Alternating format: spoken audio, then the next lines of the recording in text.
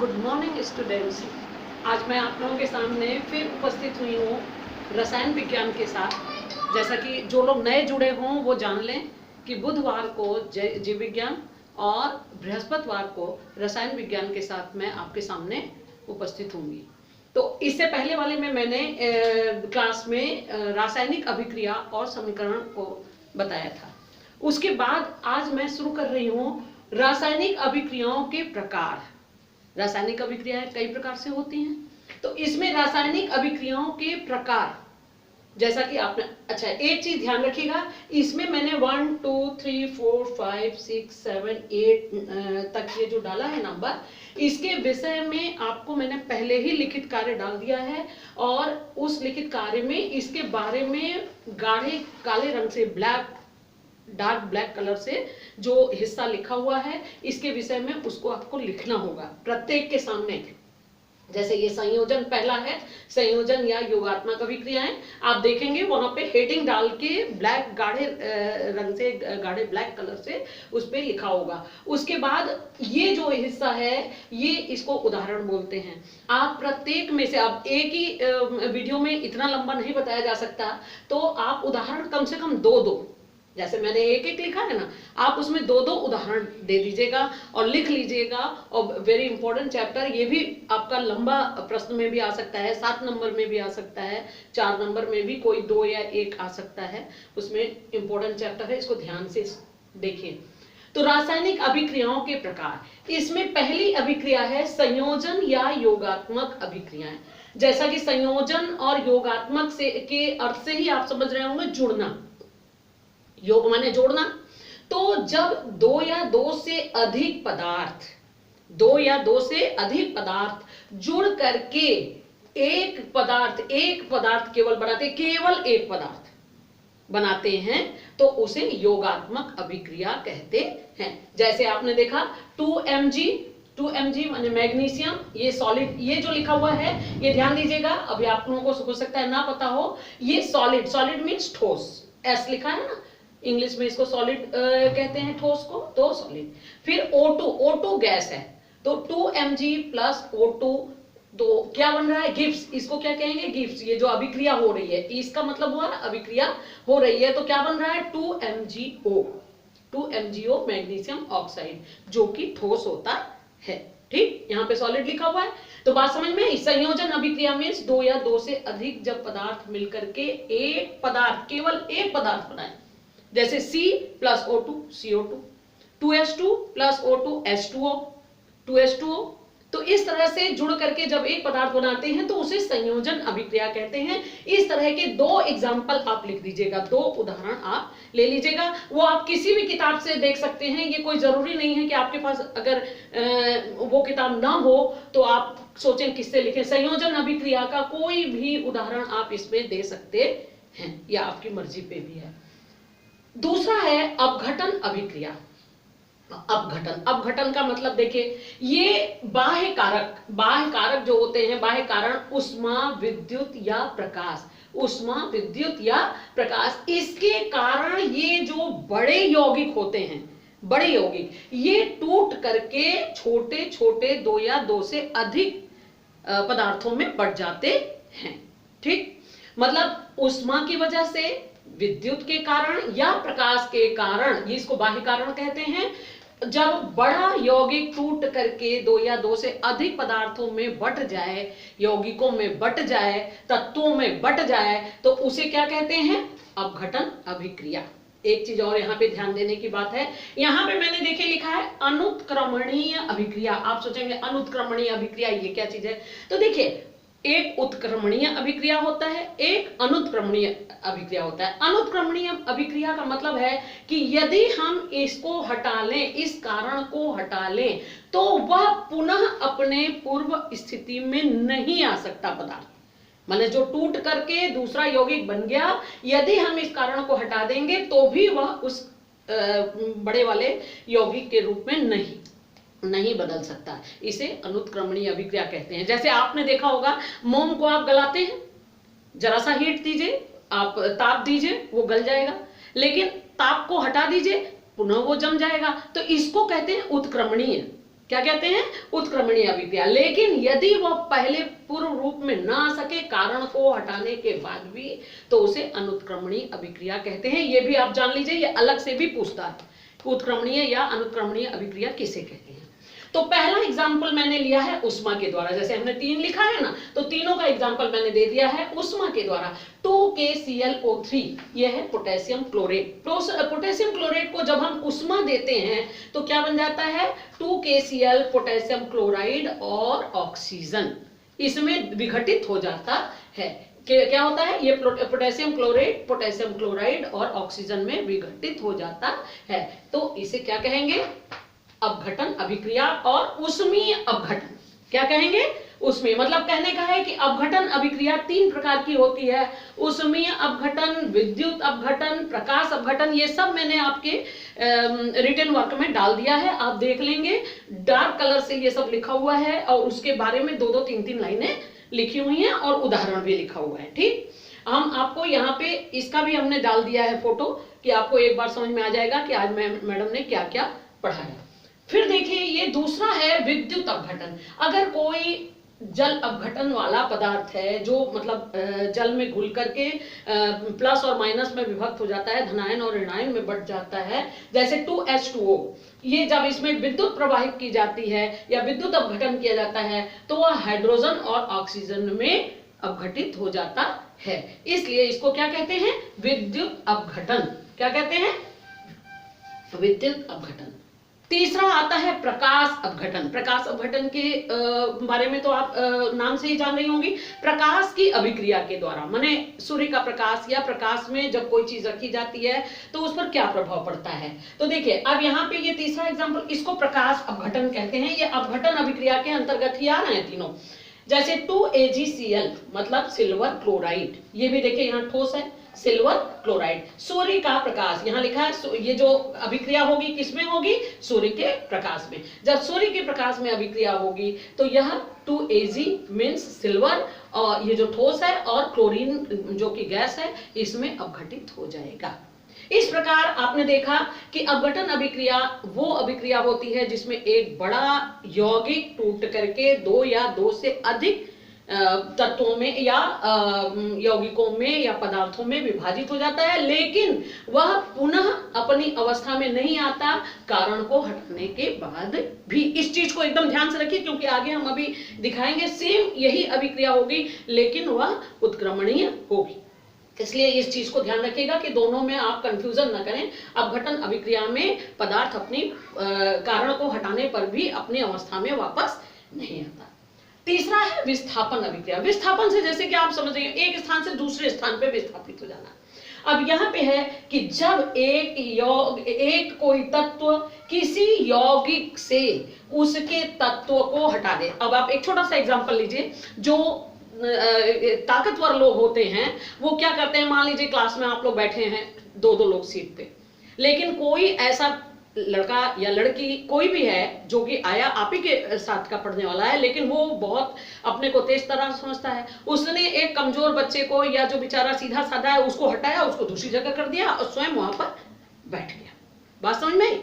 तो इस तरह से ये विस्थापन अभिक्रिया वो है कि जब किसी यौगिक से, जब कोई तत्व किसी यौगिक से उसके तत्व को अलग कर दे और स्वयं उस स्थान को ले ले, उसे क्या कहेंगे, विस्थापन अभिक्रिया। ध्यान दीजिएगा, देखिए यहाँ पे है CuSO4। यहाँ पे हमेशा ये ध्यान रखिएगा, अभी आगे आपको बताया जाएगा, रासायनिक सीरीज बताई जाएगी जिसमें ऊपर के जो तत्व हैं अपने नीचे वाले तत्व को, जैसे कि ताकतवर अपने कमजोर को अपने स्थान से हटा सकता है, लेकिन कोई कमजोर ताकतवर को अपने स्थान से नहीं हटा पाता है। तो यहाँ पर जो है कि जो ऊपर वाले तत्व हैं अपने से नीचे वाले तत्व को उसके स्थान से विस्थापित कर सकते हैं, लेकिन नीचे वाला तत्व ऊपर वाले तत्व को विस्थापित नहीं कर सकता। तो यहाँ पे कॉपर सल्फेट के विलयन में अगर हम आयरन को डाल देते हैं, जैसे कॉपर सल्फेट का विलयन ले लेते हैं, उसमें एक लोहे की कील डाल दीजिए, तो ये जो अभिक्रिया होती है उसमें ये आयरन सल्फेट बन जाता है और कॉपर अलग हो जाता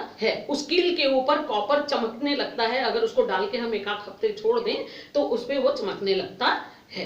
आपने ध्यान दिया होगा आजकल जो है कि तांबे के बर्तन आपको वो बेच देंगे, जो वो हैं बर्तन वाले, और उसको क्या करते हैं, लोहे का बर्तन उसको कॉपर सल्फेट के विलयन में डाल दिया। खास करके भगवान के लिए जो हम लोग छोटे छोटे बर्तन खरीदते हैं उसको कॉपर सल्फेट के विलयन में डाल दिया, वो चमकने लगा, हम समझते हैं वो है तांबा, लेकिन वो तांबा न होके कुछ दिन के बाद वो फिर लोहा हो जाता है। वो इसी अभिक्रिया के द्वारा कि कॉपर सल्फेट के विलयन में जब ये लोहे का कील या लोहे का कोई पदार्थ डाल दिया जाता है तो ये जो आयरन है ये उसका स्थान कॉपर का ले लेता है और कॉपर को अलग कर देता है। ये हुआ आपका विस्थापन अभिक्रिया। ठीक, इसके बारे में भी आप लिख लीजिएगा, आपके जो हम बोल रहे हैं वो रिटर्न में आपके उसमें डाल दिया है हमने लिखित कार्य में। अब है द्विविस्थापन अभिक्रिया। अब यहाँ पे देखिए द्वि, अभी आपने विस्थापन अभिक्रिया देखा, द्विविस्थापन, द्वि मीन्स दो, मतलब कहने का अभी हमने बताया था एक बच्चा घुसा और एक बच्चे को हटा के उसकी जगह अपने बैठ गया, तो ये तो हो गया विस्थापन। लेकिन एक बच्चा जाता है क्लास में, एक बच्चे को हटा के दूसरे सीट पे कर देता है और उस दूसरे सीट वाले को उस सीट पे पहले वाली सीट पे कर देता है, माना कि आपस में अदला बदली। क्या? आपस में अदला बदली। तो ये अभिक्रिया द्विविस्थापन कहलाएगी, आयनों की अदला बदली, इसमें आयनों की अदला बदली हो जाती है। अब देखिए जैसे AgNO3 silver nitrate, silver nitrate जब सोडियम क्लोराइड से क्रिया करता है तो ये सिल्वर जो है क्या करता है, ये Cl के साथ जुड़ जाता है, AgCl बना देता है, और जो सोडियम है वो NO3 के साथ जुड़ जाता है और सोडियम नाइट्रेट बना देता है। बात समझ में आई? मतलब ये नहीं है कि उसको जबरदस्ती हटा दिया लेकिन उसको कहीं जगह नहीं है बैठने की, उसको एकदम अकेला कर दिया, ऐसा नहीं होता। इसमें ये होता है कि हर आयन अपनी अदला बदली कर लेता है, अपने स्थान की अदला बदली कर लेता है, इसलिए इसको द्विविस्थापन कहते हैं। दो लोगों का विस्थापन होता है, एक ये जो है वो देखिए Cl के साथ जुड़ गया, AgCl बन गया, और NaNO3 के साथ जुड़ गया, ये सोडियम नाइट्रेट बन गया। बात समझ में आई? इस तरह के दो एग्जांपल्स आप लिख लीजिएगा। फिर पांचवा है वियोजन अभिक्रिया। वियोजन अभिक्रिया क्या है? वियोजन अभिक्रिया अभी अभी हमने आपको बताया था कि ये वाला अपघटन अभिक्रिया, तो उसी तरह कारक ताप दाब आदि के द्वारा जो बड़ा यौगिक है वह टूट करके दो या दो से अधिक यौगिकों अथवा पदार्थों में बढ़ जाता है। लेकिन अब यही देखिए, यही जो अपघटन अभिक्रिया हमने बताया था कि यह अनुत्क्रमणीय है, इसका अंतर यह है, दोनों में अंतर यह है कि ये उत्क्रमणीय होता है। यदि इस कारक को हम हटा दें, ताप को दाब को हटा दें, तो वह पुनः अपनी अवस्था में लौट आता है। ध्यान दीजिएगा, ये अंतर भी पूछता है कि अपघटन अभिक्रिया और वियोजन अभिक्रिया में क्या अंतर है। ठीक है, इसमें भी दो प्रकार से होता है, उष्मीय वियोजन और आयनिक वियोजन। उष्मीय वियोजन माने उष्मा देने पर, और आयनिक वियोजन मीन्स आयन के द्वारा। अब देखिए यहाँ पे देखिए आप NH4 उष्मीय वियोजन में NH4Cl, अब इसको हम जब गर्म करते हैं, यह है अमोनियम क्लोराइड। अमोनियम क्लोराइड को जब हम गर्म करते हैं तो NH3 अमोनिया और HCl माने हाइड्रोजन क्लोराइड बन जाता है। लेकिन पुनः अब देखिए यहाँ पे आपको एक चिन्ह दिखा रहे हैं हम, ये चिन्ह हम दिखा रहे हैं आपको यहाँ पे, ये और ये इसको हम उत्क्रमणीय अभिक्रिया के लिए प्रदर्शित करते हैं, दिखाते हैं, दर्शाते हैं। तो उत्क्रमणीय अभिक्रिया को दर्शाने के लिए हम इस चिन्ह का प्रयोग करते हैं। मतलब कि अगर हम कारण को लगाएंगे तो वो इधर वाला बन जाएगा और कारण को हटाएंगे तो वह पुनः अपनी अवस्था में लौट आएगा। इस तरह से आपने देखा कि ये उत्क्रमणीय अभिक्रिया होता है। जब हमने गर्म किया तो अमोनिया और हाइड्रोजन क्लोराइड बन गया, लेकिन यहाँ पे देखिए नीचे ठंडा लिखा है, जब हमने ठंडा किया तो यह फिर से NH4Cl में परिवर्तित हो जाएगा। बात समझ में? तो इस तरह से इसको उष्मीय वियोजन कहते हैं, मतलब उष्मा को कम और ज्यादा करने पर वो पदार्थ जो है वह पुनः अपनी अवस्था में बदल जाता है अथवा वो दो से अधिक में टूट सकता है। इसी तरह से आयनिक वियोजन में अब देखिए यहाँ पे Na और Cl, Na प्लस है, Cl माइनस है। यहाँ देखिए NaCl सोडियम क्लोराइड, ये साधारण नमक होता है। जब हम इसको आयन के रूप में पानी जल में घोल देते हैं, जल में आयनिक तब होगा जब हम इसको नमक को जल में घोल देते हैं, ये नमक है। साधारण नमक, तो Na+ और Cl- में परिवर्तित हो जाता है। लेकिन जब हम फिर से उसको पानी को हटा देते हैं, मतलब कि अगर आपने थोड़ा सा पानी लिया, उसमें नमक घोल दिया, नमक घोल करके आपने देखा तो NaCl अलग अलग हो गया, लेकिन उसको फिर से आप चूल्हे पे चढ़ा दीजिए, फिर से उसको गर्म कर दीजिए और पानी भाप बन के उड़ जाएगा, तो फिर से आपका नमक वापस आ जाएगा, है NaCl फिर से बनेगा। इसी तरह आपने चीनी को देखा होगा, ऐसे उदाहरण के लिए हम बता रहे हैं, जैसे चीनी को आपने जो है कि देखा होगा, जब आप पानी में घोलते हैं तो वो अलग अलग हो जाता है, लेकिन जब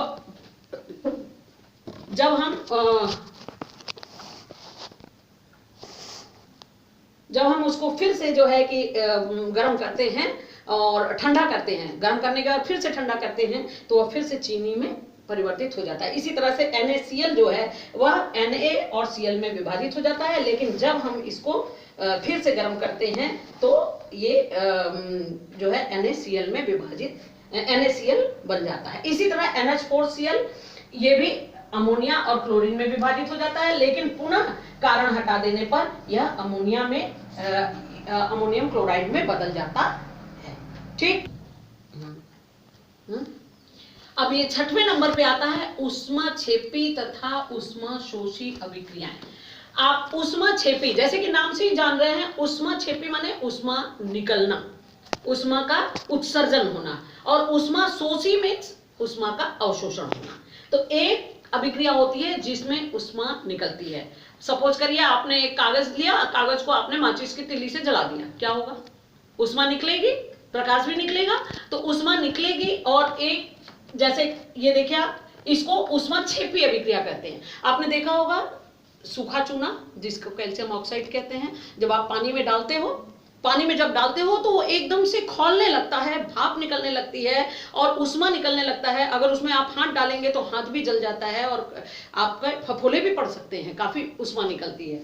तो इसी तरह से कार्बन को जब हम ऑक्सीजन में जलाते हैं तो कार्बन डाइऑक्साइड बनती है और 94,400 कैलोरी ऊष्मा निकलती है। इसलिए इसको क्या कहते हैं?